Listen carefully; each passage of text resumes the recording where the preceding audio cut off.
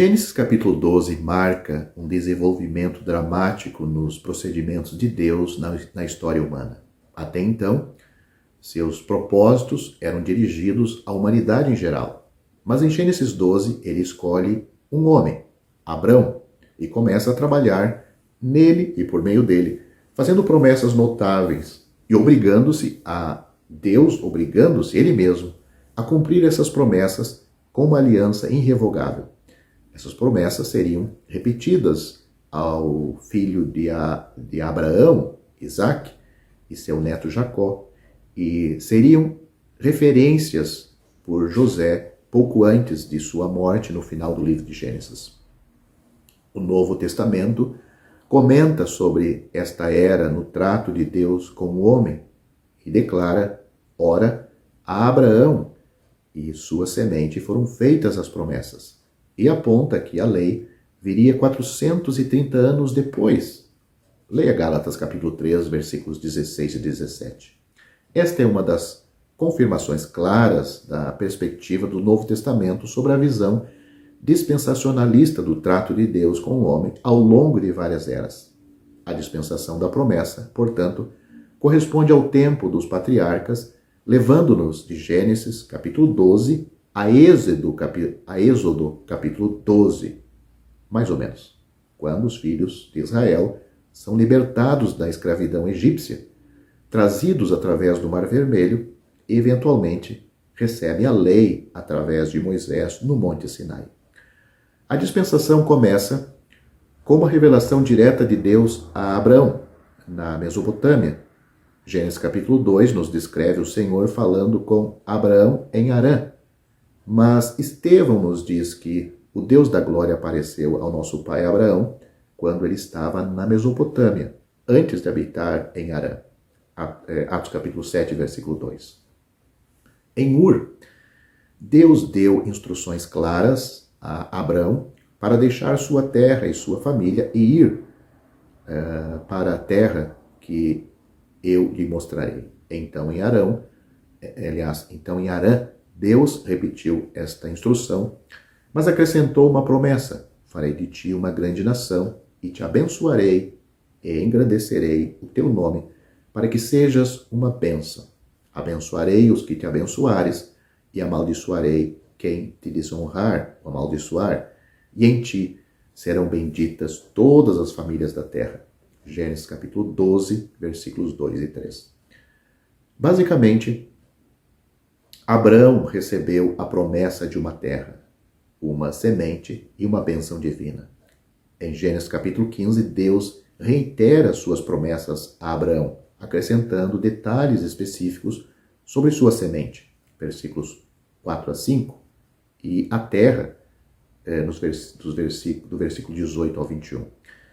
Em Gênesis capítulo 17, Deus fala novamente com Abraão, mudando o seu nome para Abraão, para refletir que ele se tornou pai de muitas nações.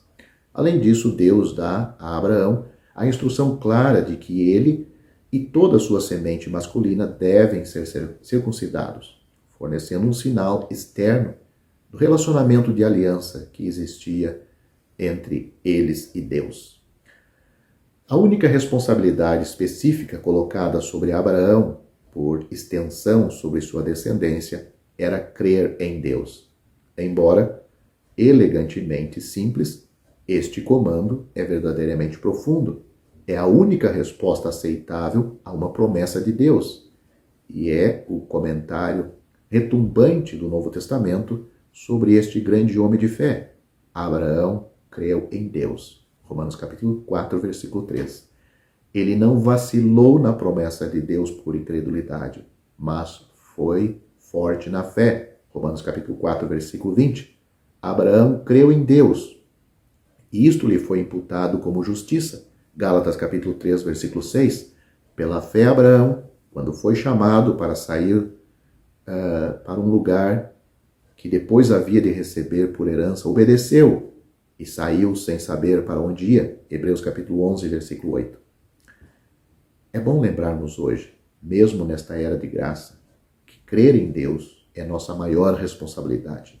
É o primeiro passo simples na salvação, e deve ser a marca registrada de nossas vidas como seus filhos.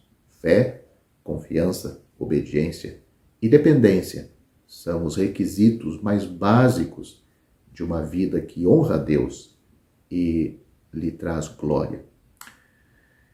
Infelizmente, como em todas as dispensações, o fracasso é visto rapidamente, à medida que a narrativa se desenrola.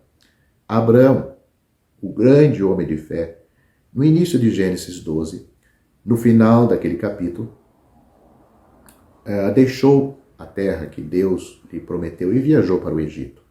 Enquanto está lá, tomado pelo medo e pela incerteza, ele tomou o assunto por conta própria, mente sobre seu relacionamento com Sarai, sua mulher, e só escapa do desastre por intervenção divina. Alguns capítulos depois, em Gênesis 16, depois de receber mais revelação tremenda e promessas da aliança de Deus, no capítulo 15, Abraão, mais uma vez, toma o assunto em suas próprias mãos. Estimulado por sua esposa Sarai, ele comete algo que não devia ter cometido. A história sempre foi impactada pelas ramificações daquele capítulo triste e sórdido da vida de Abrão, sua união com Agar, o filho Ismael que nasceu desta união e os descendentes que resultaram. Tragicamente, os fracassos de Abrão só seriam amplificados e multiplicados em sua descendência. Isaac espalharia a viagem de seu pai ao Egito e sua decepção em relação à esposa. Jacó teria um traço característico de trapaça, nada lisonjeiro ao longo de sua história. E o mais trágico de tudo,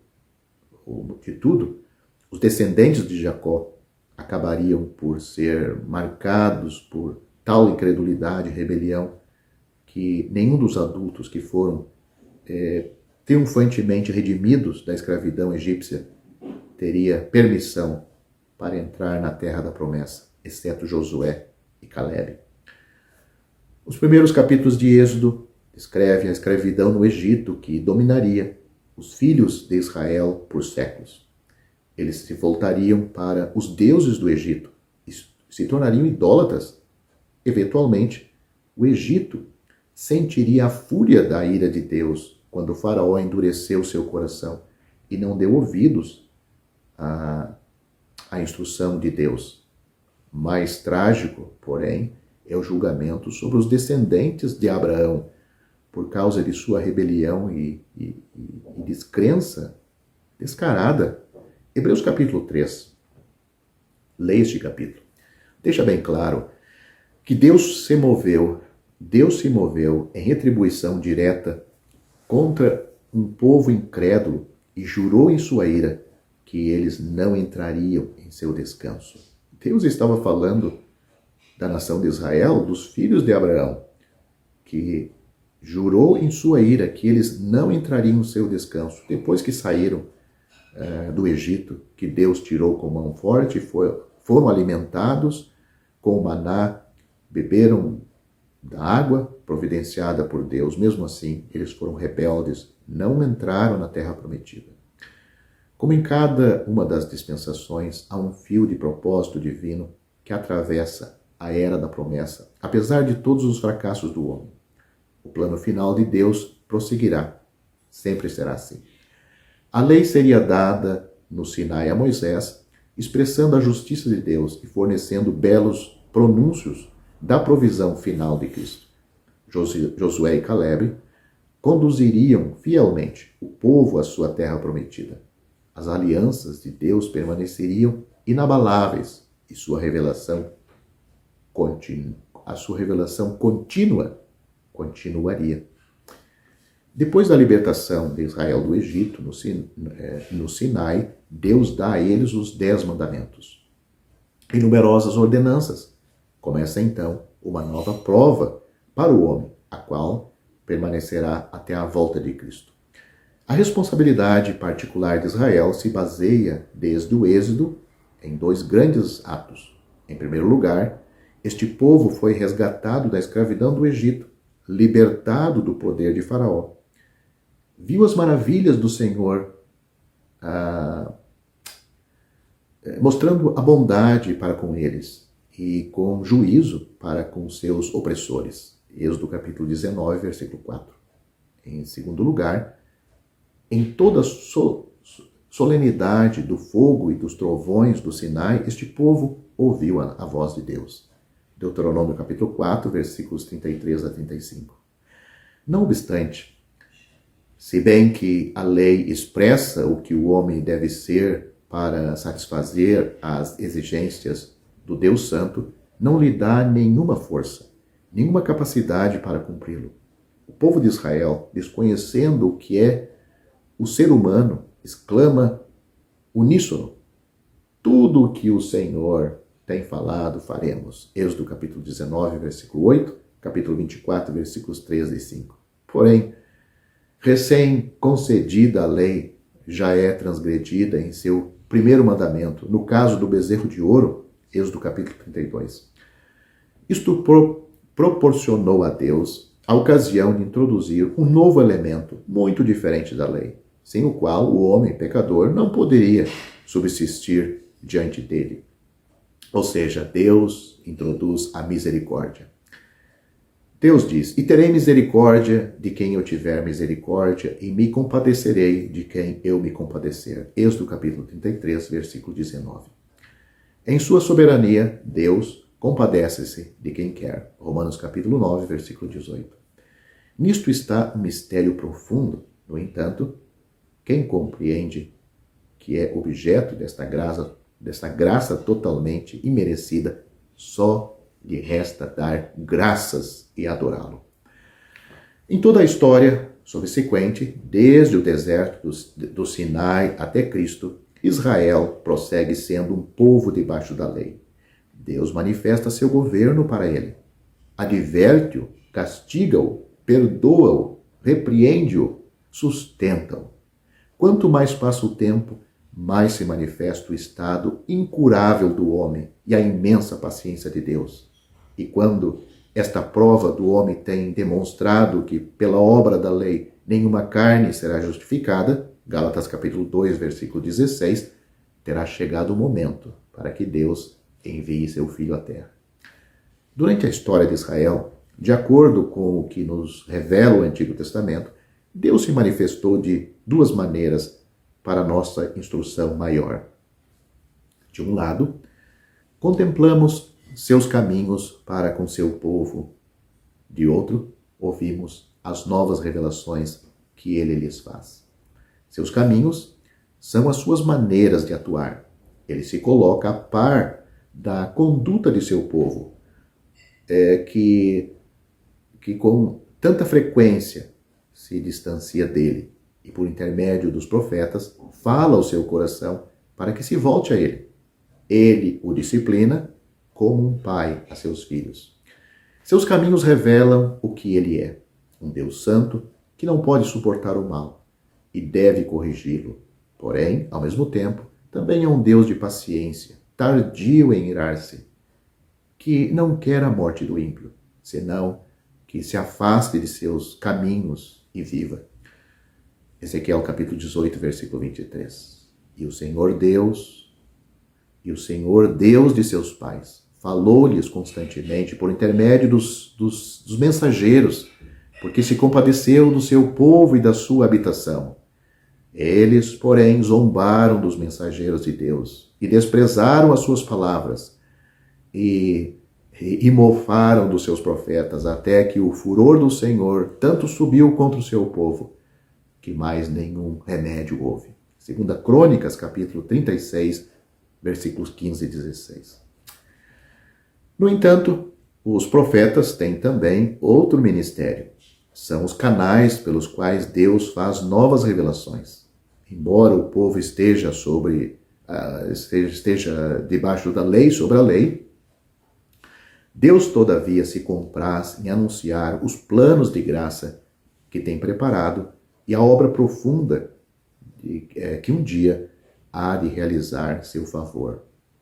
Deus diz na sua palavra, através dos profetas, e dar-vos-ei um coração novo, e porei dentro de vós um espírito novo, e tirareis da vossa carne o coração de pedra, e vos darei um coração de carne. Ezequiel capítulo 36, versículo 26. A vinda do Messias é o seu tema preferido, sob formas mais ou menos veladas. O Messias é anunciado ao longo de todo o Antigo Testamento à nação de Israel.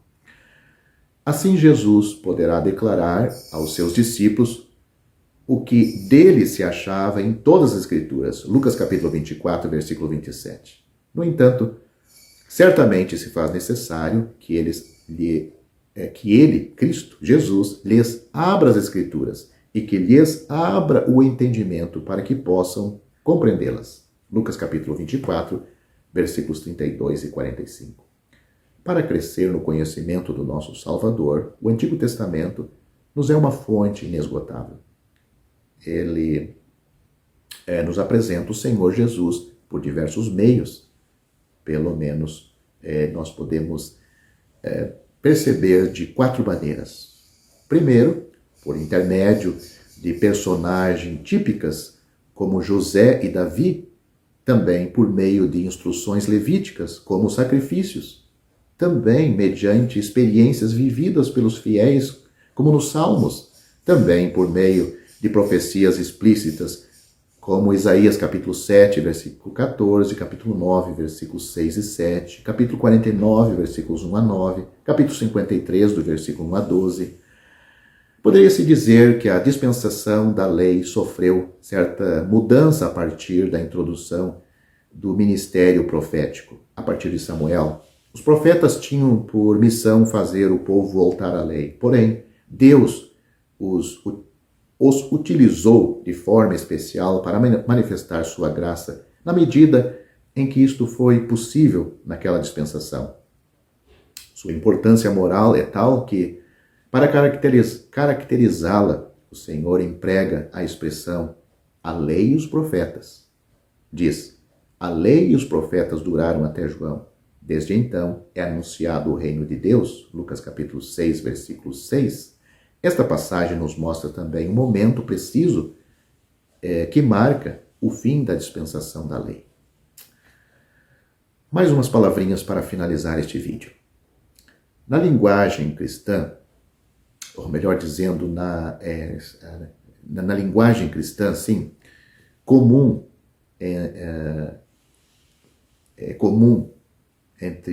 chamamos de dispensação ou mordomia aos diferentes períodos da história da humanidade.